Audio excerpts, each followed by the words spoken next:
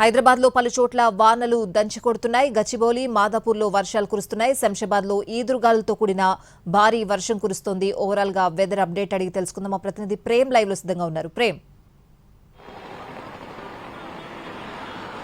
స్వాతి, ఈ రోజు ఉదయం నుంచి హైదరాబాద్ అంతా కూడా ఎండలతో మండిపోయినటువంటి పరిస్థితి ఉండేది. ఒక్కసారిగా మధ్యాహ్నం తర్వాత పూర్తిగా ఆకాశం అంతా కూడా నల్లటి మబ్బులు కూడా వచ్చినటువంటి పరిస్థితి కూడా ఏర్పడింది.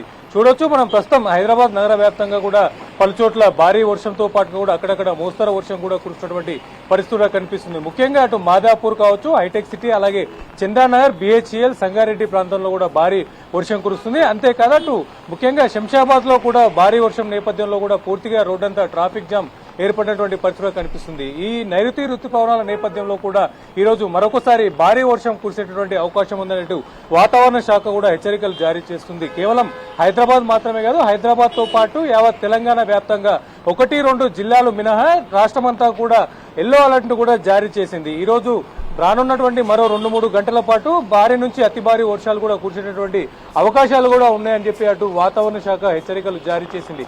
ఈ నేపథ్యంలోనే హైదరాబాద్ లో ఉన్నటువంటి అటు జీహెచ్ఎంసీ అధికారులతో పాటు హైడ్రా, డిఆర్ఎఫ్ అధికారులు కూడా అప్రమత్తమయ్యారు.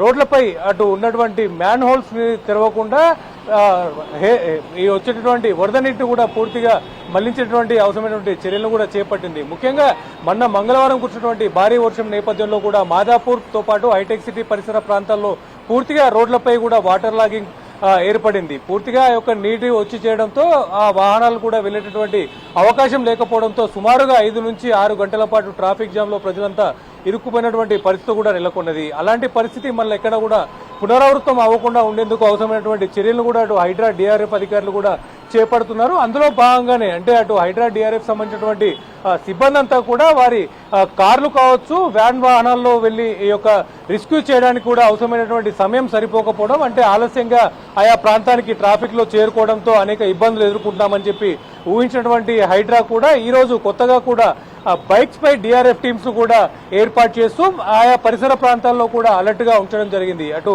ట్రాఫిక్ జామ్ ఏర్పడినప్పటికీ కూడా బైక్స్ పై సులువుగా ఒక్కో బైక్ పై 2 సిబ్బంది వెళ్లేటటువంటి అవకాశంతో పాటు అక్కడ అవసరమైనటువంటి పనిముట్లను కూడా క్యారీ చేస్తూ వెంటనే రెస్క్యూ చేసి నీళ్లను కూడా వాటర్ లాగింగ్ ఎక్కడైతే ఆ వాటర్ అంతా కూడా డైవర్ట్ చేయడంతో పాటు కూడా ట్రాఫిక్ కూడా క్లియర్ చేయడానికి అవసరమైనటువంటి చర్యలు చేపట్టే దిశగా కూడా కొత్తగా బైక్స్ పై యొక్క డిఆర్ఎఫ్ టీమ్స్ కూడా ఏర్పాటు చేయడం జరిగింది. ముఖ్యంగా నిన్న మొన్న కురిసినటువంటి యొక్క భారీ వర్షాల నేపథ్యంతో అటు రాష్ట్ర వ్యాప్తంగా అనేక చోట్ల అటు విద్యుత్ ఆఘాతం కూడా ఎదుర్కొన్నటువంటి పరిస్థితి కనిపిస్తుంది. ముఖ్యంగా ఇటు వర్షంతో పాటుగా కూడా ఈదురుగాలులు సుమారుగా 40 నుంచి 50 కిలోమీటర్ల వేగంతో వచ్చేటువంటి ఒక ఈదురుగాలులతో రోడ్లపై ఉన్నటువంటి చెట్లు, అటు కాలనీలో ఉన్నటువంటి చెట్లు కూడా పూర్తిగా ఇరిగిపోయి రోడ్డుకు అడ్డంగా పడిపోయేటటువంటి పరిస్థితి కూడా నెలకొంటుంది.